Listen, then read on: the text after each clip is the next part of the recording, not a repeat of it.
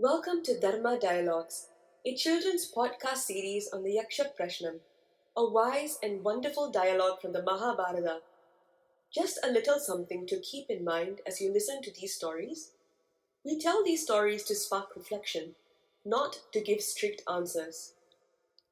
These stories are told with love and respect from the Hindu tradition, with guidance from elders in our community. Anyone can listen, learn, and even interpret the stories in their own way. All we hope is for young minds to grow in curiosity, courage, and compassion. As we are learning and growing with you, any mistakes along the way are completely unintentional. Please feel free to reach out to us if you have any questions or feedback. Now, on to the episode.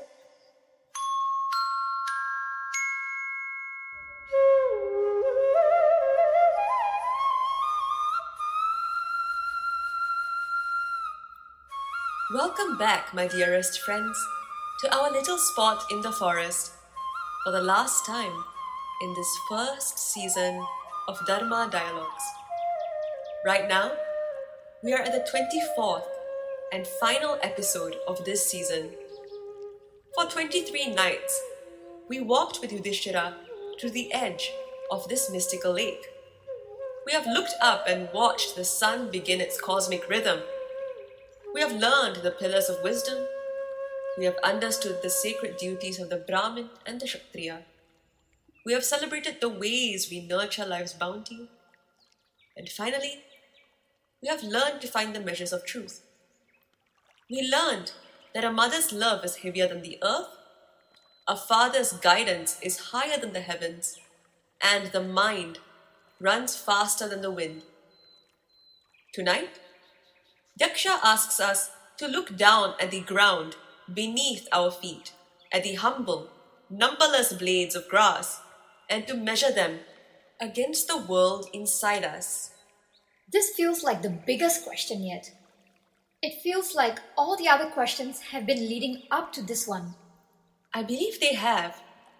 The Yaksha, with a voice that holds the quietness of the entire forest, asks this final riddle of this journey. Tell me, Yudhisthira, what is it that is more numerous than the blades of grass? More numerous than grass? Wow. All the stars in the night sky? Or all the grains of sand on all the beaches of the world?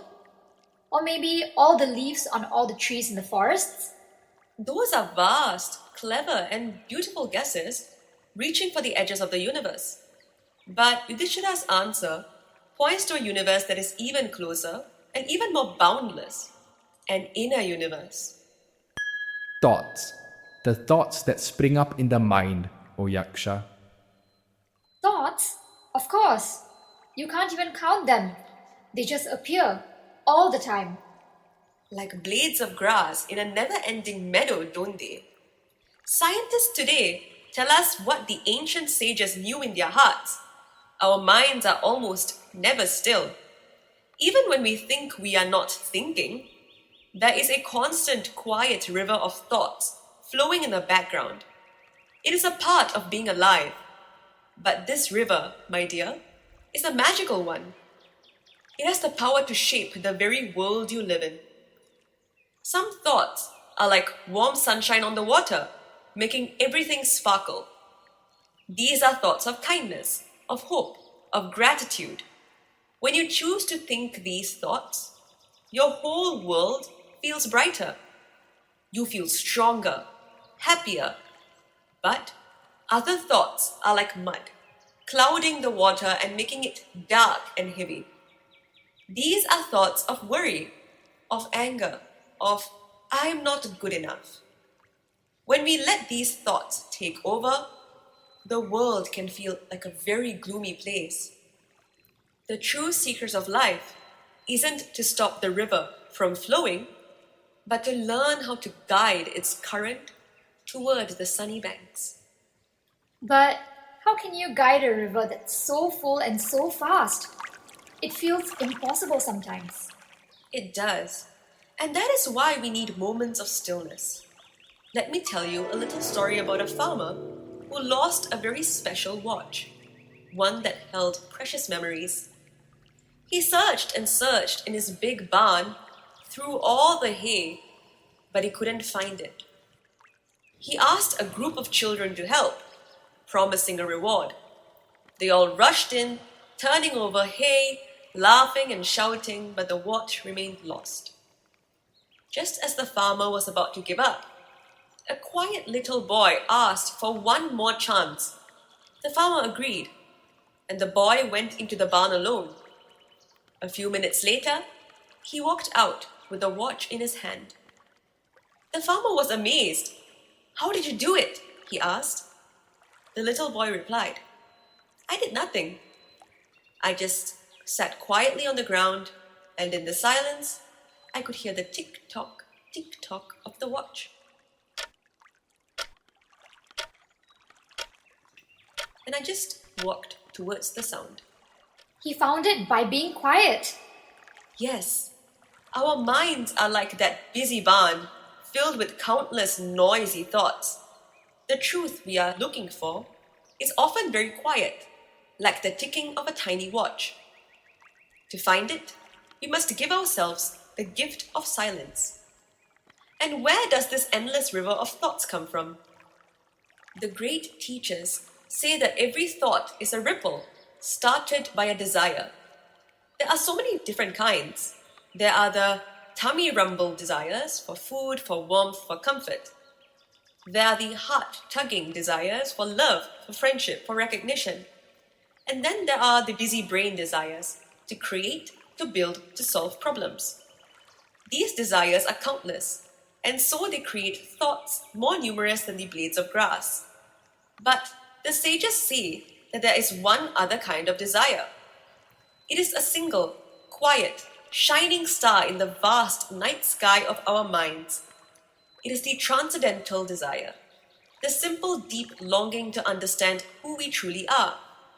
It is the desire that leads us to sit still by the river, to quiet the noise, and to finally hear the gentle ticking of our own heart's truth.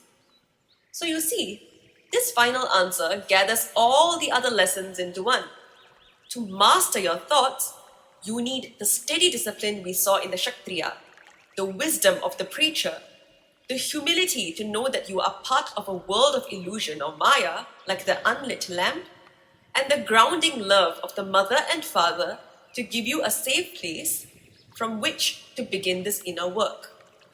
And so, for our final proverb of this season, let us leave you with this. The world is a field of endless grass, but the mind is the sky above it. Learn to be the gentle sun that nurtures it, not the stormy wind that scatters. Wow! So the whole journey, all these questions about the sun and the earth and everything, it was all to help us understand our own minds. I believe it was, for that is the only universe we truly have the power to change. Now, as our first journey together comes to a close, we thank you for walking with us. What are your thoughts about, everything we've learned so far for these 24 nights? How do you find your quiet place? We would love to hear your insights and reflections. Our email is always open at dharmadialogues108@gmail.com. Thank you for sharing these 24 nights with us. May your inner sky be clear and your heart be peaceful. Thank you for coming along this journey of Season 1 of Dharma Dialogues. We will see you soon for Season 2, whenever our Supreme deems it fit.